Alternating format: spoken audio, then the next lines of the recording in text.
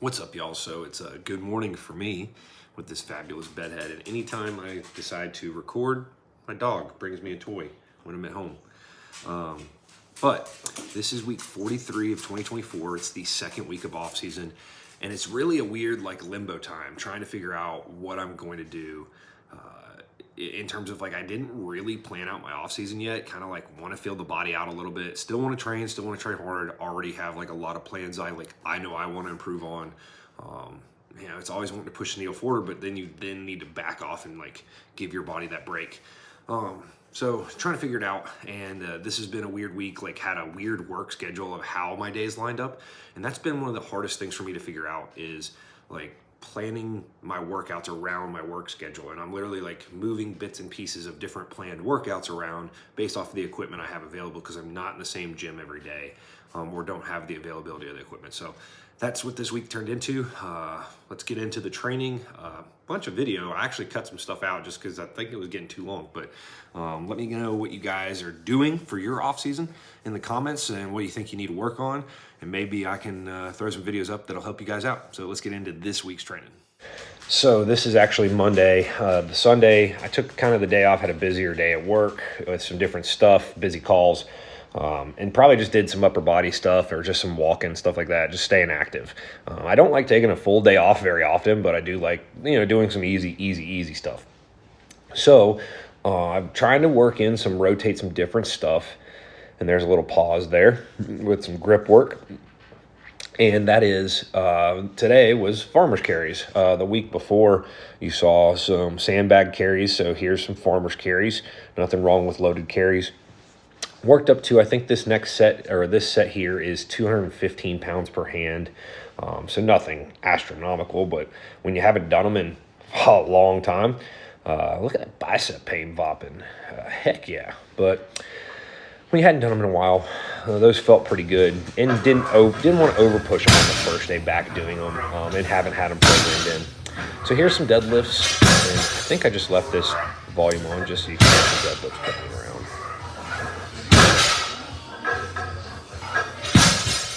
And with that, I'm still dealing with some sciatic issue in my right glute, and it gets pissed off from time to time. It's I can do deadlifts, but it hurts after, and or hurts right at lockout. I did some random accessory stuff, and actually not too much accessory stuff, because Tuesday I didn't record anything. Did some high rep bench stuff and hit inverse curls as accessory, and then some upper body BS while I was at work. Here's a different firehouse. On this day, we're getting back into squatting.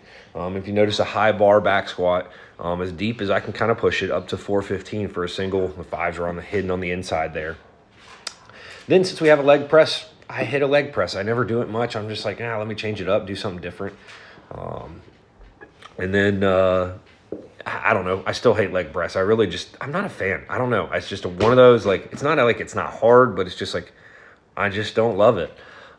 Just don't love how my body feels doing it. Accessory on the day was some abs, hanging leg raises, and then the split squats here with the 45-pound barbell. If you notice, the back foot is traveling up in the air. It's just trying to force myself to really push through lockout with my front leg here. Obviously, this is really no load, but if you followed me long enough, I had some nerve damage in my left quad last year. It's still weaker, so I still am trying to get myself to do a lot more single leg stuff. Saying that, still try to get myself to do a lot more. Well, it doesn't happen much. Here's a Z press. This is the following day, same firehouse, so 48, so 72 in a row. And Z press is something I hadn't done in a long time. Figured there's some good mobility push. I didn't push too hard on that overhead press day. I did overhead press before I did Z press, and all I recorded was a Z press because I thought it was different. Then moved to Friday. This is Friday, November 1st, so finally into November, and it was actually pretty warm out. The fans were on at the gym is how warm it was. But on the day, and that's why I included all my warm-ups, I was all right, we've been doing kind of working up and snatch and clean and jerk. I was let's see how these go. Ended up hitting 110 kilos on the snatch, so here's 105. Hadn't touched those weights in a long time. And the full snatch mobility has been super stiff. And you really see it's like a tower. It's not touching the bottom down. Between mid-back, shoulders, hips, ankles, etc. Then did a drop set here. Wanted to do a touch and go set just for you could call it anaerobic power. Just seeing like a challenge. So taking 90 kilos, and then as you get tired, trying to make sure you hold good positioning. This was 90 kilos for 7 reps. Definitely got hard, definitely got fatiguing. So probably want to keep some of those in the future. Kind of have a little fun with just the work all out on that. Then we moved to clean and jerk. And I hadn't been doing a lot of jerks, so my front rack position sucks. I really need to get back to working on that mobility. It's gotten pretty rough. And then the jerk, just because I hadn't done them, just doesn't feel strong. My timing seems a little off, but it is what it is. I don't compete in this stuff anymore, and I just haven't been doing it. It's like when you ride a bike and then you stop riding a bike, then you go ride a bike, you get a little wobbly again. That's the best way I can kind of describe how I feel doing these is in my head, I feel like I shouldn't have any problem, but then the body second guesses it.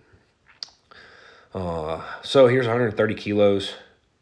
And see, still seems pretty good. And you can see, like, I've always had a problem where it seems like my elbows don't lock out.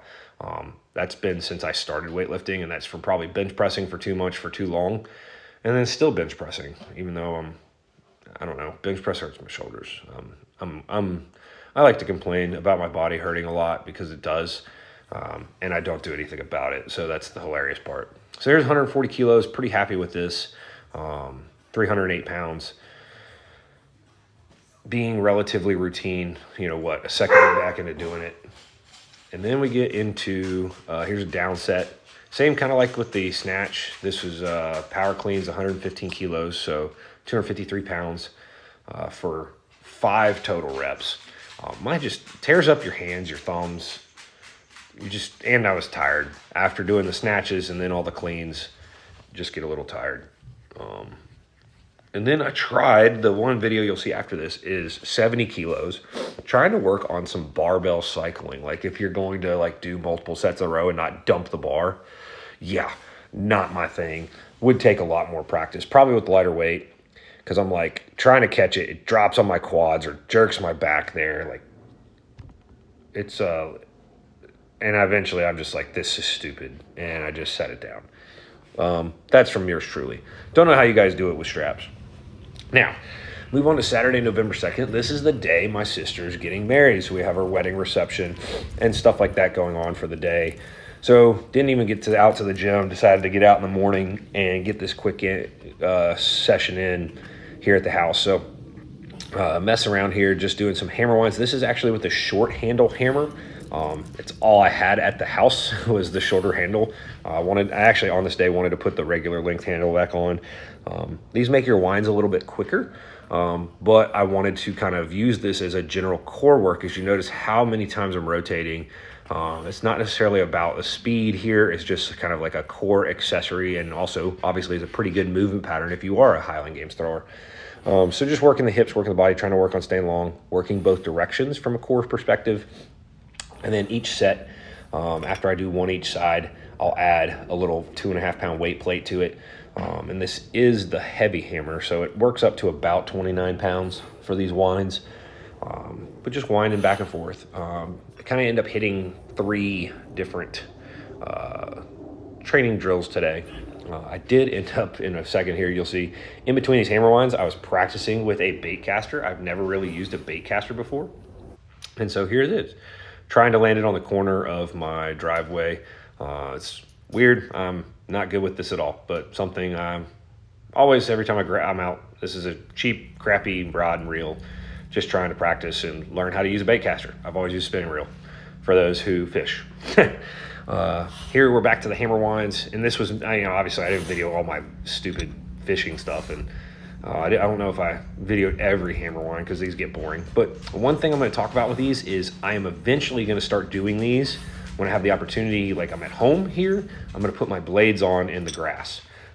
And what that's going to do is then you can feel your body a little bit better. With the torque, you can extend a little bit harder, and it's more specific to throwing. So if I'm not always having to do these at a firehouse on the concrete, like on the pad at the firehouse, I'm gonna start putting my blades on for these winds. Maybe speed them up a little bit more, get a little bit more dynamic with them. Some quote-unquote Braemar standing med ball throws with a 25-pound slam ball, I believe it is. I think it's 25. So just working on my worst event, Braemar. Braemar, wob, need a lot of work. And then I end up doing some bottoms-up pulls on the sheaf. But it was kind of cool. I'm definitely going to come back and revisit this. The fact that the curb kind of can be my trig, even though I step over it on almost every single one of these. And you can see I'm throwing straight down my side yard, so that was where I was aiming. And it can just give me a measurable, and I can get a lot of reps in really easy. Here is some bottom-up sheaf pulls. Now, I do quite a few of them. I think it was like up to 15 of them. Just trying to aim, honestly, not really putting a ton of power into these. Maybe I do a little bit as I go on, but my neighbors aren't home either. The house is vacant is why I'm throwing right where I'm at. So I'm not feeling bad landing in their yard. But obviously, always trying to use the legs, trying to drive through both legs here, and just getting the reps in, feeling comfortable since I switched hands at the beginning of last year to commit to that and driving equally through both legs, not falling off to my backside, as well as kind of how to aim it to where it more so goes straight back because I have a problem pulling it back. So that's it for this week. See you next week.